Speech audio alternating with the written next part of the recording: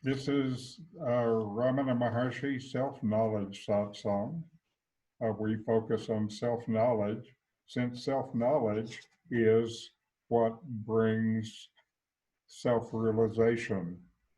And this self-knowledge is the deep experiential knowledge of your own existence here and now. So know yourself and be always free and at peace.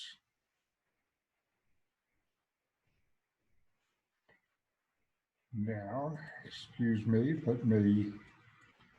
there we are.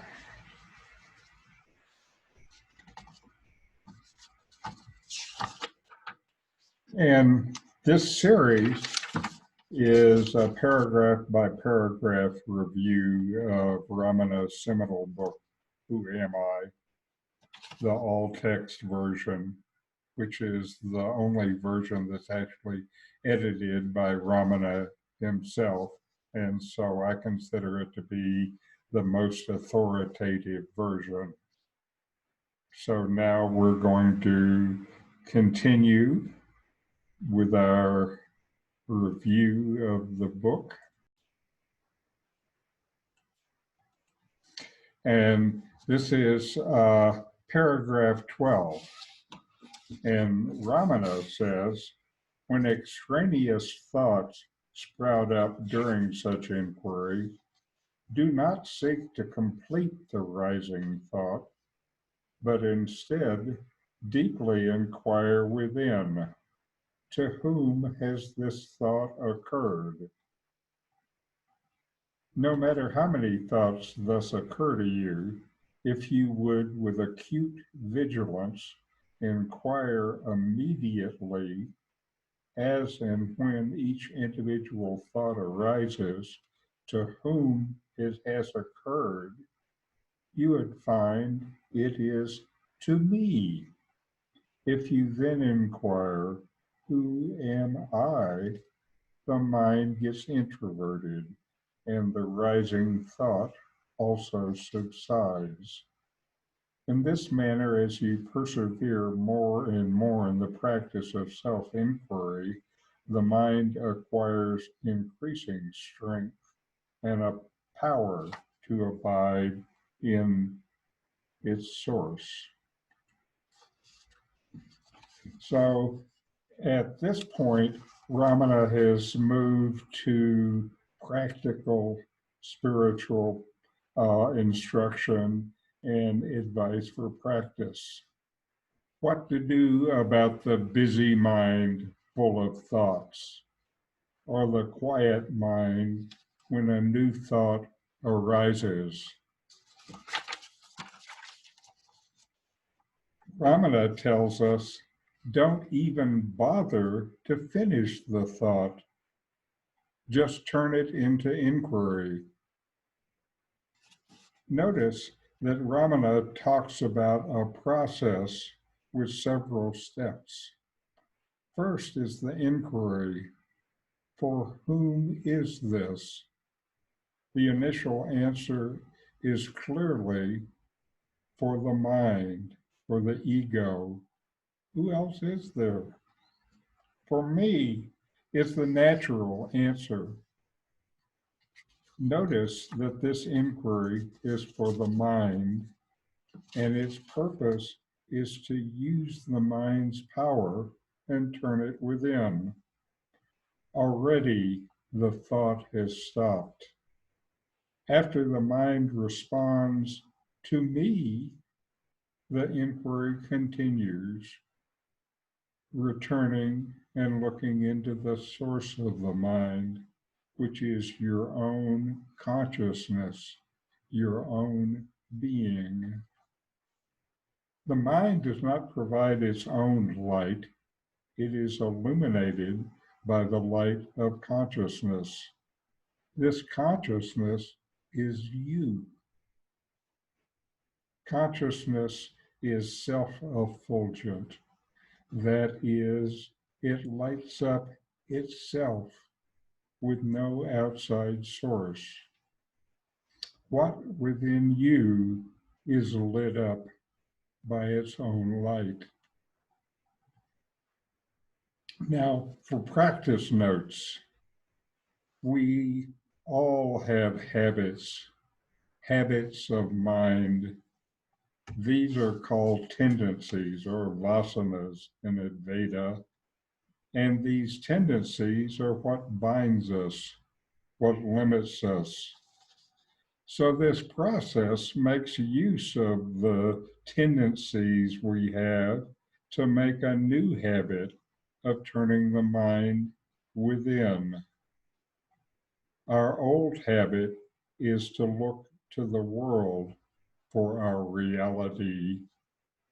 Our new habit is looking for this reality within. We can make a new habit to see that all within us as our existence and consciousness. We experience existence as here, and we experience consciousness as now.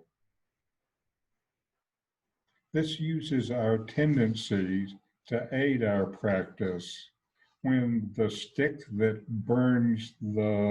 stirs the fire, as Ramana said, burns up, then all these tendencies go too. So this means basically, as long as you can continue to use your mind to inquire, as long as there is something separate to inquire into, then keep up the inquiry. When there is no longer any separation, then the inquiry dies of its own accord.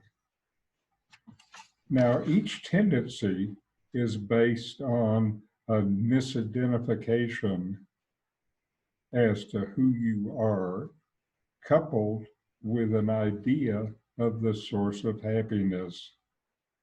The desire for happiness is basic to us all. The tendency is based on the false idea that happiness comes from outside, from the world, or from people and relationships. The source of happiness is, as you discover through inquiry, within. When you know this, you see even your most problematic tendency is really the urge to discover your deepest self. When you find this out, then instead of encountering obstacles in practice, you find more ways to look more deeply into yourself. So now on to our videos for the week.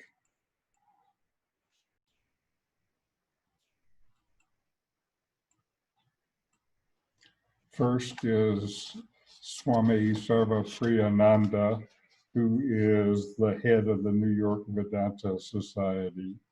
And his talk is, "You are already the Absolute."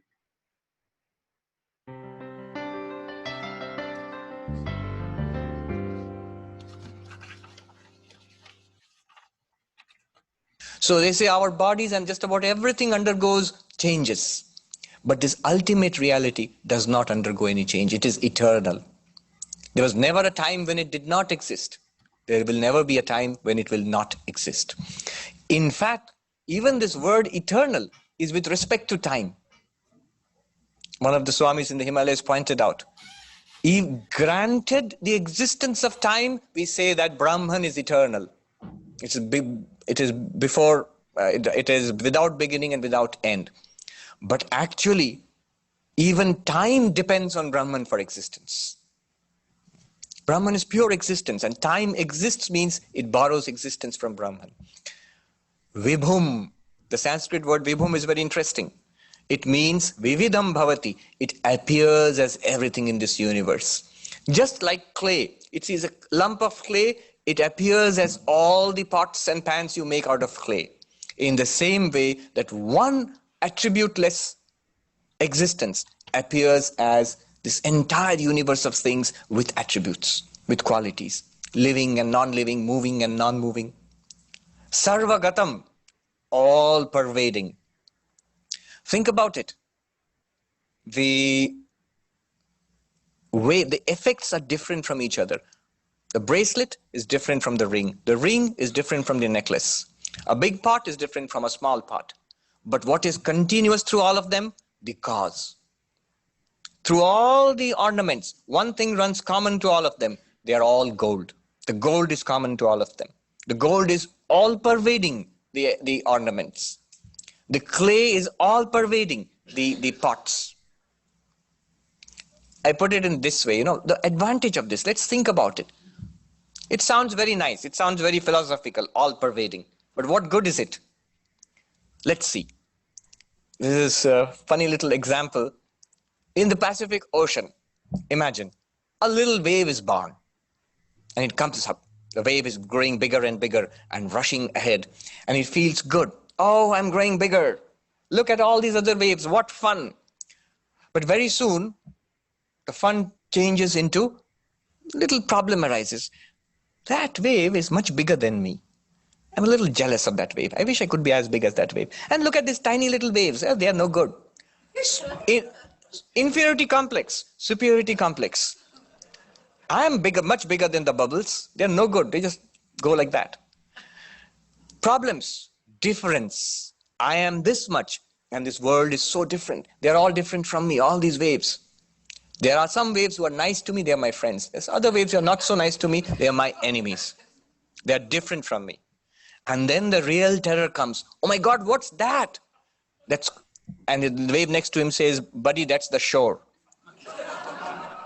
That's California, rushing up towards us. The shore. That's death. That's doom. And the wave thinks, oh my God, I'm going to die. Now a Vedantic wave comes along and says, there is something called water. Yeah, what's that? Well, this water is immortal. It doesn't die like us, waves. Really. And this water is all-pervading. It's in all waves. There is nothing greater than this water, so the water doesn't have a problem of a superiority complex, but it's also the same in all waves, so it doesn't have a problem of inferiority complex. And it's one with everything. So the wave says, good for water, but what about me? I'm going to die. And then the Vedantic wave tells him, you are water. Look at yourself. Look at yourself. The top of you is water. In the middle is water. In the bottom is water. The sides are water. In fact, look around you. All you see is water. A wave is a name and a form and an action given to water. The moment the wave realizes this, it becomes one with the ocean. That little form will go ahead and dash against the shores and disappear into surf, but it doesn't care anymore. For it, it becomes the infinite. And from that point of view, all are same to it. We are one infinite existence, now limited to a particular body and mind. But if we analyze, as the Upanishad will show us, that I'm not the body, I'm not the mind, I am this existence, consciousness, bliss shining through the body and mind. And then I find that existence, consciousness, bliss is eternal. It doesn't die. It isn't born with the birth of the body. It doesn't die with the death of the body. It doesn't get old. It doesn't get sick. It is the same in the president of the United States. It's the same in the homeless person. It's the same in a multi-billionaire. It's the same in the person on welfare. It's exactly the same. And you are one with it. You are that.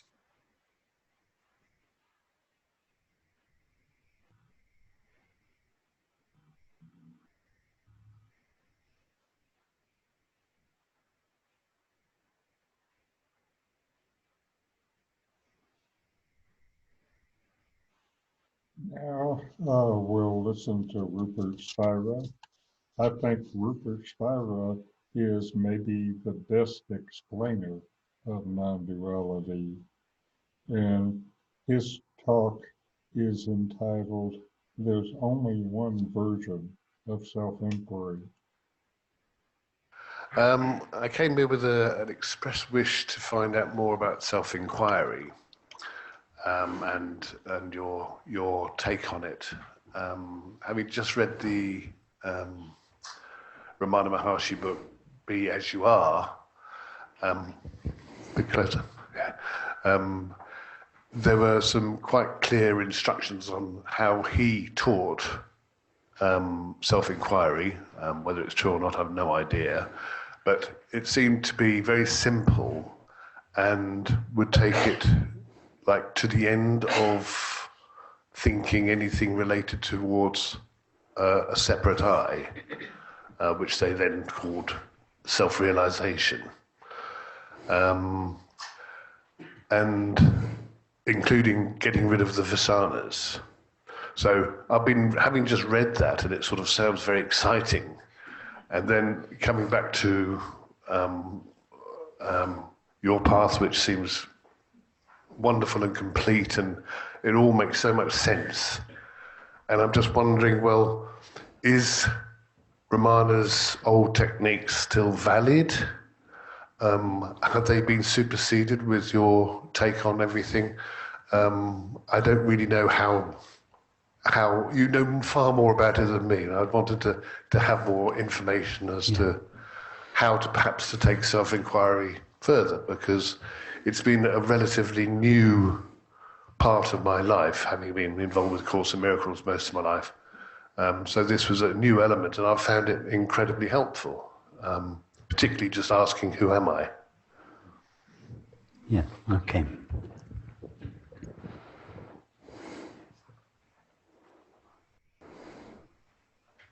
So has Ramana Maharshi's technique, if we can call it a technique, or has his method of investigating into the nature of the self been superseded? No, absolutely not. Does my take on self-inquiry differ from Ramana Maharshi's? No, absolutely not. There are not several different takes on self-inquiry. There are not several different versions of self-inquiry. Self-inquiry is something very specific, and there is only one version of it. Now, obviously, everybody speaks of self-inquiry in a slightly different way, presuming that they understand what it is. Even if they're speaking of the same method, if we can call it a method or practice, still due to the different characters involved, everybody may speak of it slightly differently or in slightly different terms. But what they are speaking of, if they are speaking of what Ramana Maharshi understood to be self-inquiry, they are speaking of exactly the same thing. So that's the first thing to say. So the second question is, what is meant by self-inquiry or self-investigation, whether it's spoken of by Ramana Maharshi or myself or Francis or whoever.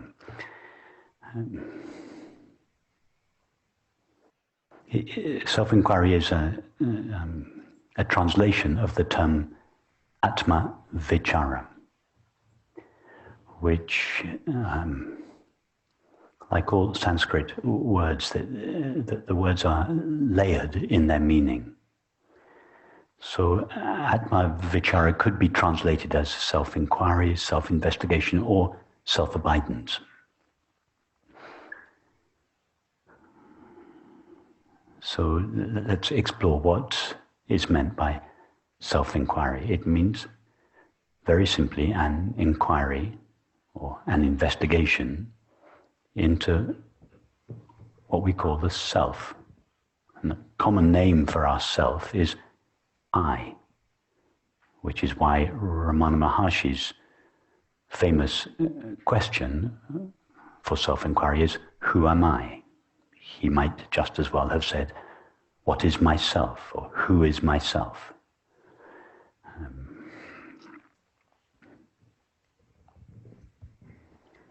Now, sometimes people asked Ramana Maharshi, but which self is being inquired into? Do we mean the separate self? Or do we mean the self of infinite awareness? And the answer is that there is only one self. Each of us has the experience of being a single self. And the name we give to that self is I. So whether we consider that I to be a separate self or an infinite self or indeed any other kind of self, that is the self we are inquiring into. In other words, whatever we take ourselves to be, we are inquiring into ourself as we experience ourself.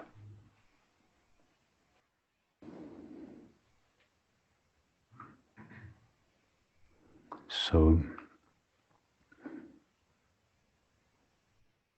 for most people, their self includes the experience of being aware or awareness, obviously, plus a collection of thoughts, memories, images, feelings, bodily sensations, activities, relationships. So all the thoughts, sensations, perceptions are continually changing and appearing, disappearing. So none of these are essential to what we are. So if we make a deep investigation just into the ordinary self, not some extraordinary consciousness or cosmic just the very ordinary self that each of us considers ourselves to be, the ordinary self that each of us calls I, and that each of us has called I all of our lives. If we make an investigation into that self, the self that we believe and feel ourselves to be, and ask ourselves, but what is that self really? Obviously, whatever that self is what I have been all my life. I say, I am awake now. I had a dream last night. I slept deeply last night. So whatever the self that I am obviously remains present throughout the three states of waking, dreaming, and sleeping. Yesterday I referred to myself as I. Last year I referred to myself as I. 10 years ago I referred to myself as I. As a 5-year-old boy I referred to myself as I. In other words, I, myself, has remained continuously present throughout my life. Not some extraordinary self, but just the ordinary self that I am. It has obviously been with me all my life. In fact, not just with me all my life, it has been me all my life. I am the same I now as I was when I was a 5-year-old boy. So what is this same I? What is this element of my experience of myself that has remained continuously present throughout my life, that remains continuously present throughout the three states of waking, dreaming, and sleeping? That is a long version of the question, who am I? Ramana Maharshi was extremely economical with his words. As you've discovered this week, I'm not very economical with my words. Whereas Ramana Maharshi had a single question, who am I? And again, and again, and again, and again, when somebody said, I'm feeling this, I'm thinking this is happening to me, etc., he would just say, but who is the I that you are speaking of? And that's fine. He was extremely precise and economical. I have found numerous ways of asking the same question, depending on the understanding of the person who is seeking to know themselves. So I might say to one person, are you aware? That will take them. The answer to that question is the same answer as the answer to the question, who am I? If we ask, what is the continuous element of my experience? That question will take us to the same place in ourselves as the question, who am I? If we ask the question, what can I be absolutely certain of? And we explore that question. It will take us to the same place that the exploration, who am I, will take us to. So I have, when I say I have evolved, it's not something I've worked out. It's that in the course of conversations with people, this single question, who am I, this investigation into the essence of ourselves has taken on, has found new forms in response to different questions and different people's understanding. But it's all the same questions. They're all variations of the same sacred question. And another question that I might sometimes use, I would make the observation that everything that we know through the mind and by the mind. And therefore the mind's knowledge of anything is only as good as its knowledge of itself. So what is the essential nature of the mind? It's the same question, but arrived at through a slightly different pathway, a slightly different channel in response to a slightly different situation or question.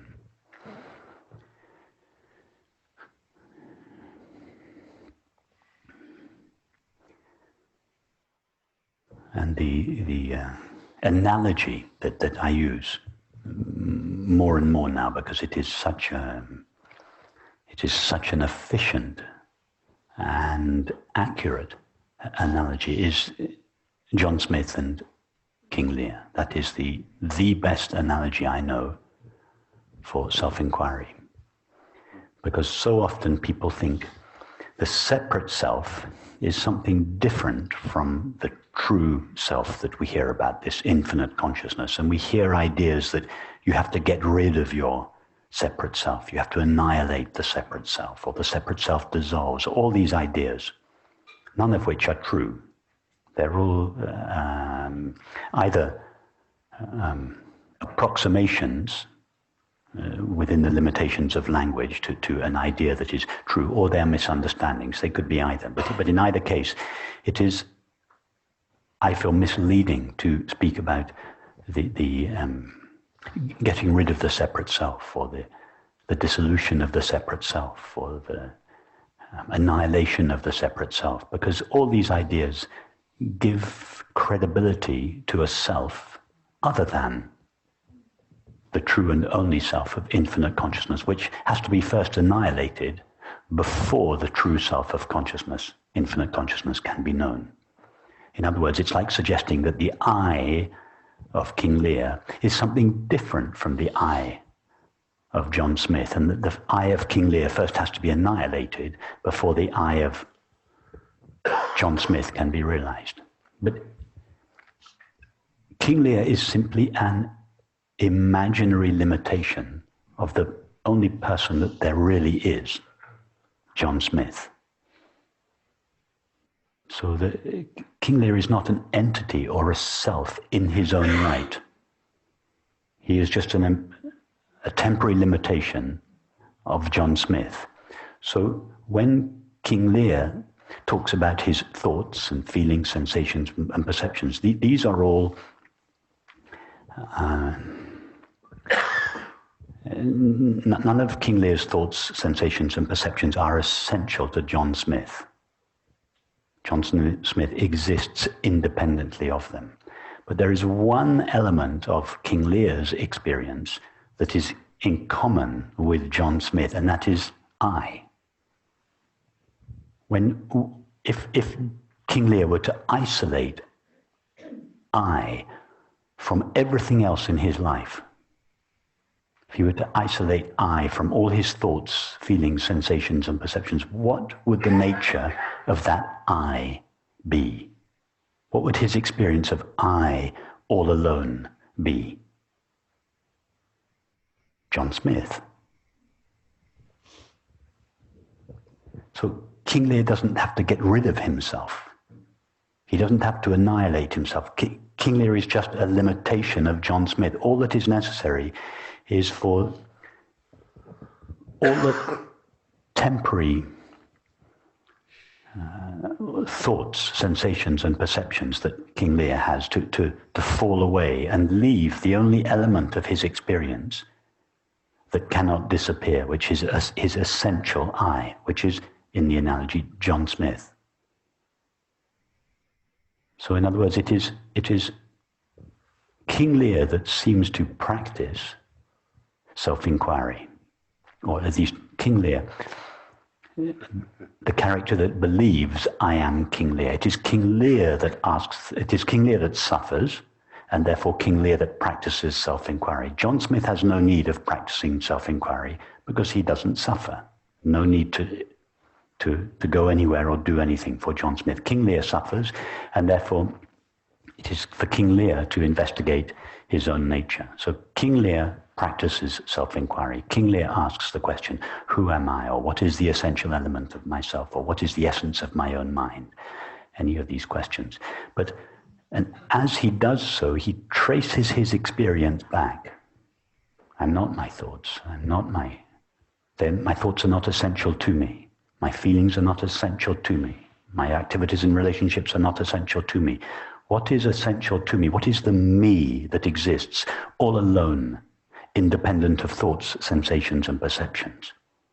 So this is the process that King Lear goes through. But when everything finally leaves him, when he is divested of all these features or characteristics and the essential me, the essential I remains, that is no longer King Lear, because it no longer has any qualities or features or characteristics. It is the pure I of John Smith. Now, King Lear hasn't been annihilated in order to reveal John Smith. All there is to King Lear is John Smith with an imaginary limitation. So that is why the I is revealed. Remember, reveal from revelare, to lay bare in Latin. It is a laying bare of the essential nature of King Lear, which is John Smith. So self-inquiry is this process, if we can call it a process, through which the essence of our mind, the essence of ourself is laid bare, is revealed underneath or behind all the layers of thoughts with which it seems to be obscured.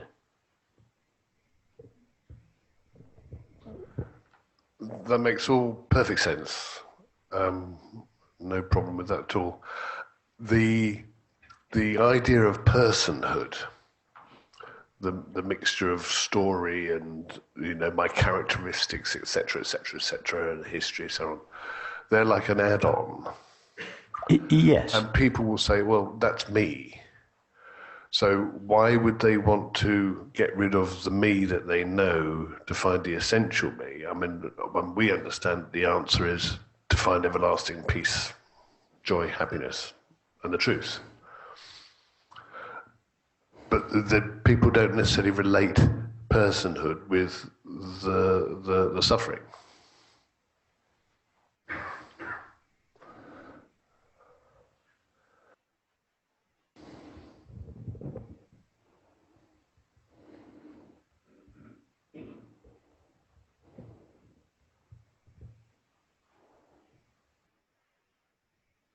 Yes, and therefore it takes some time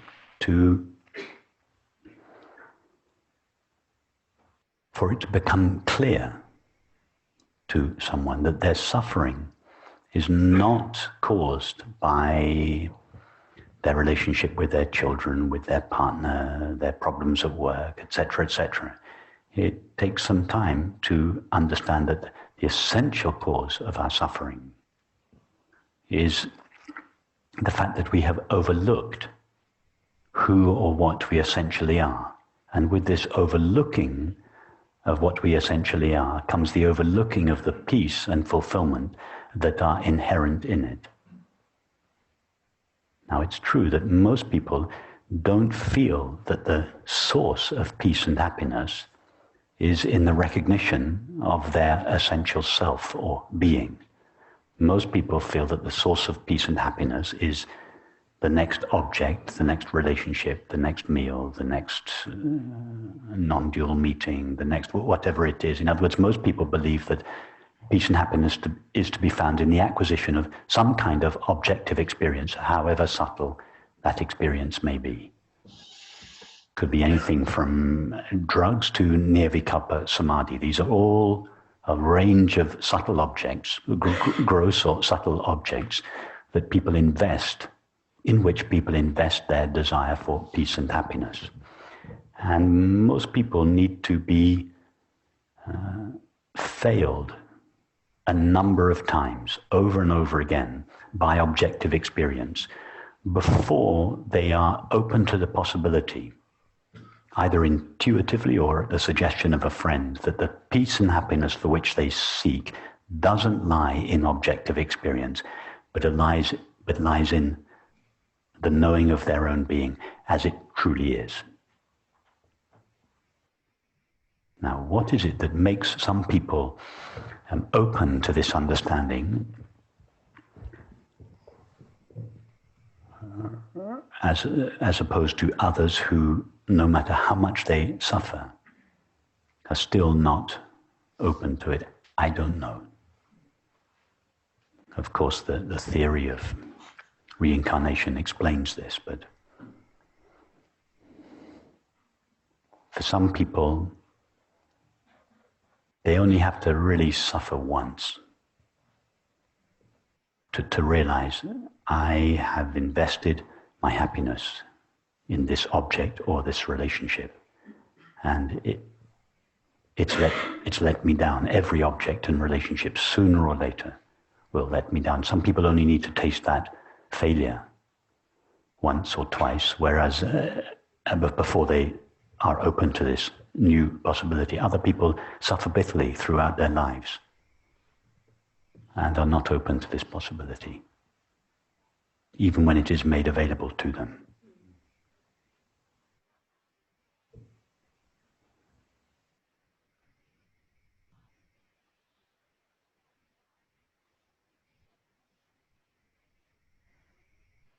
Now we have Nomi. Let's meditate along with Nomi so we can experience what he's talking about.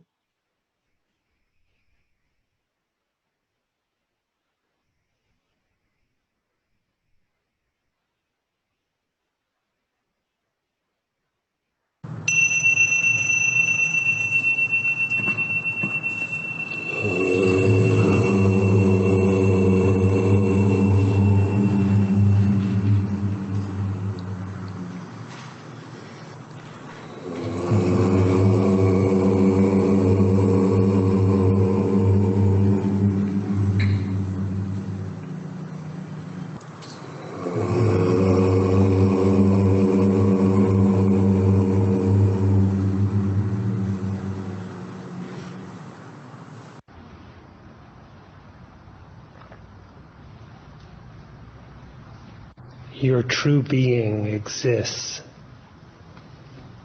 beyond the body, beyond the mind, and without an ego, the illusion of a separate individuality.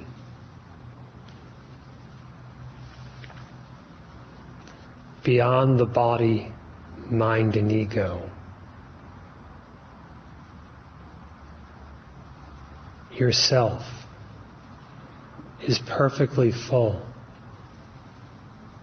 It is of the nature of great bliss and imperturbable peace. It is changelessly existing,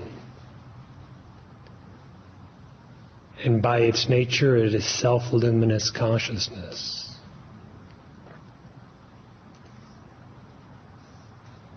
We refer to it as Satchidananda, Sat Chit Ananda, being, consciousness, bliss.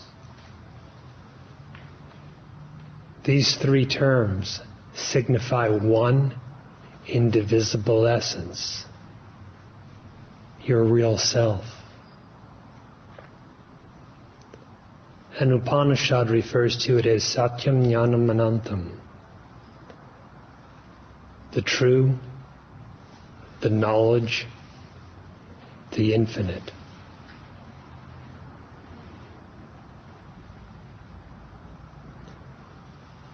To realize yourself as that, and only that, is to know reality. And it is to be the reality that you know.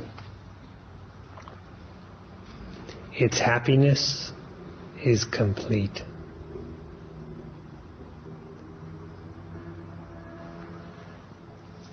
The self is only one, and it is changeless by nature. You do not have two selves. Your existence is absolutely singular. And that singular existence is immutable. That is, it never undergoes any change at any time. It is not born. It does not perish. It does not change, no matter what changes occur in the world, in your body, in your mind. It is the tendency of ignorance to confuse what is not the self with the self, and to mix up the real and the unreal, so that the unreal appears as if real, and the real appears as if unreal. And what is truly yourself seems other, as if a God far away. While what is not yourself is taken to be your identity. Such is the characteristic of delusion. Such delusion or ignorance has no power except that which you lend to it. It consists of the attribution of your own reality, your own identity, to that which is not so.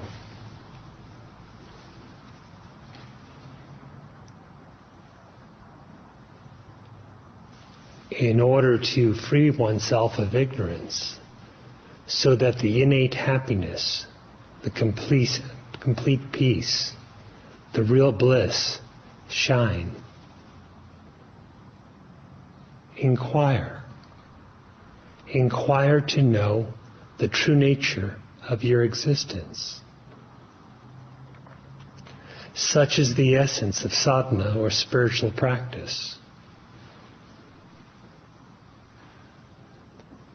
Shankara says, it is he who strives who realizes. The Bhagavad Gita is replete with numerous references to striving, to continuous sustained effort. Likewise is it the spirit of the Vedas, continuous, sustained, persevering effort. In what way is the effort to be applied? It should be applied to the destruction of ignorance. For the self is not something to be gained anew. The ever-existent is, after all, always present, never more, never less at any time. So why is it that its radiant bliss appears not to be experienced? It is only due to the veiling of delusion. So practice, intense, continuous practice, should be directed to the destruction of that illusory veil, of that ignorance, which seems to cover the truth about your real nature.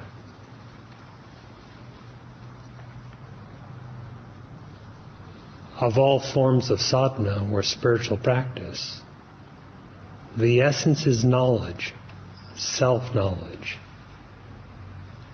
And the practice is successful, fruitful, according to the degree or depth of that knowledge. Because this is so, and because the self is one's own self, the Maharshi advised constant, profound inquiry within yourself, as to who am I? What is your own existence? Who am I?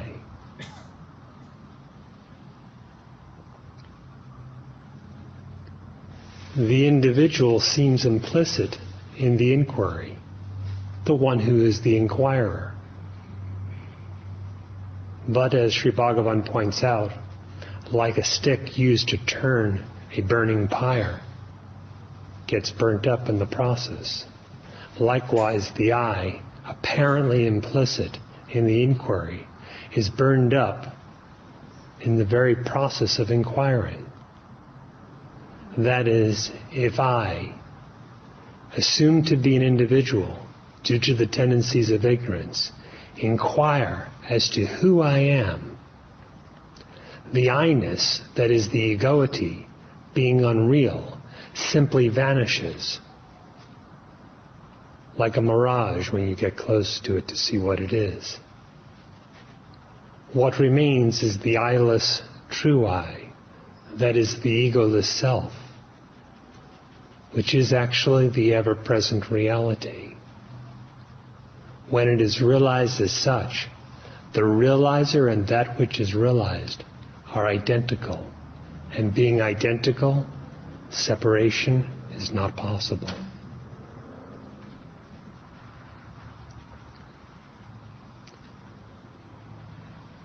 So if you say to yourself, you're going to practice, truly practice.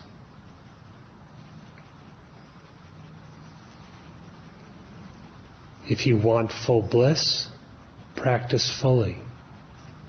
If you want intense peace, practice intensely.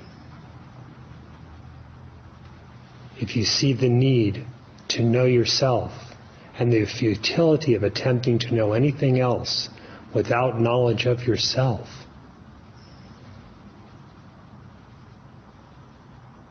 then practice by inquiring to know yourself.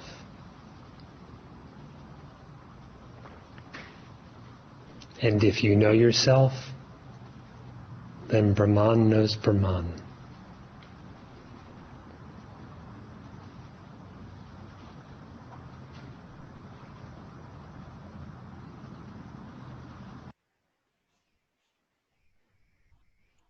All right, so let's take a few minutes and meditate, inquire. Get yourself in a comfortable position. Close your eyes. Take a deep breath. And just notice that you exist. You exist, and you know that you exist. And you don't have to think about it. You don't have to sense it, but you know that you exist. Deeper than mind, deeper than senses. And now, inquire, investigate. For whom is the inquiry?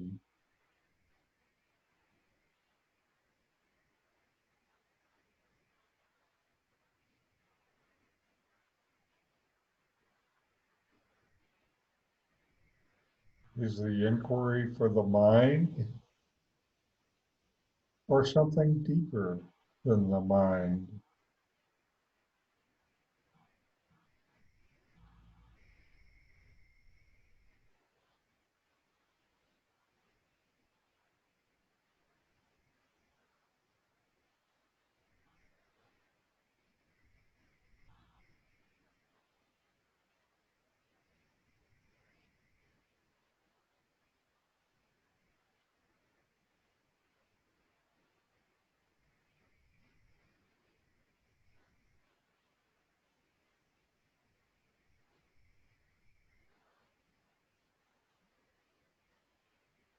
If a thought comes up, then you don't have to complete the thought.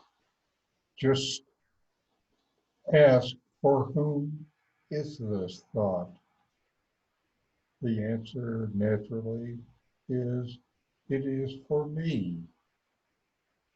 And you can then return to the inquiry by asking, who am I?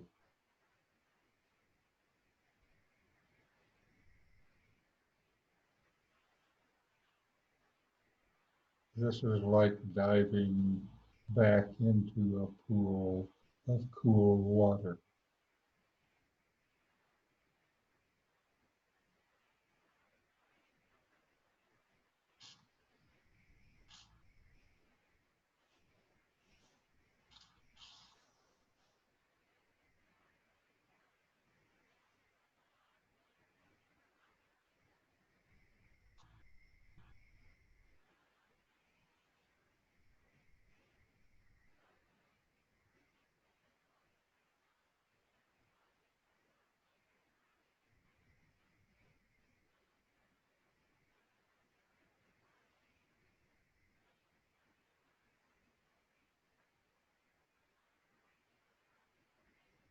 And just continue the inquiry.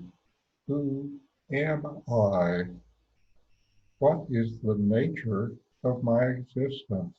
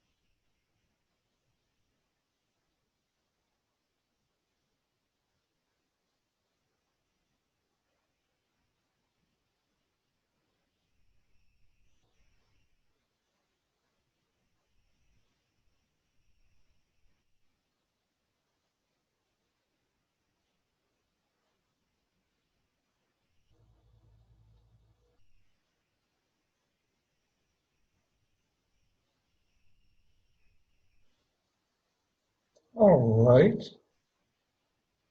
Now let's close with a short chant.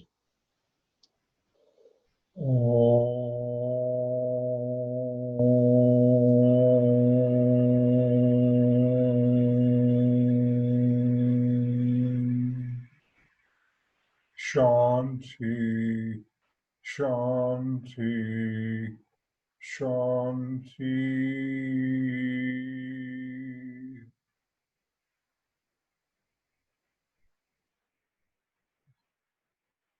So if this satsang was of interest to you, I have more resources, a book site, a YouTube site, and my blog, and you'll see the URLs on the screen next.